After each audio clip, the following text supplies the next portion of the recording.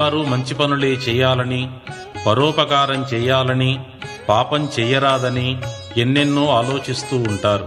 కానీ నిత్యం సంచరిస్తున్న లోకంలో సహవాస దోషే గుణః భవతి అన్నట్లుగా మన పరిధిలో ఉన్న జీవన విధానం వలన ప్రభావితులమై మంచికి దూరమై చెడుకు చాలా త్వరగా దగ్గరవుతూ ఉంటాం. అటువంటి మన ఆత్మలోని అణగారిపోతున్న మంచితనాన్ని, మానవత్వాన్ని నిరంతరం నిద్రలేపుతూ మహాత్ములుగా మనందరినీ మలచాలన్న భావనతో శ్రీ బ్రహ్మంగారు ఆత్మబోధలను వెదజల్లారు.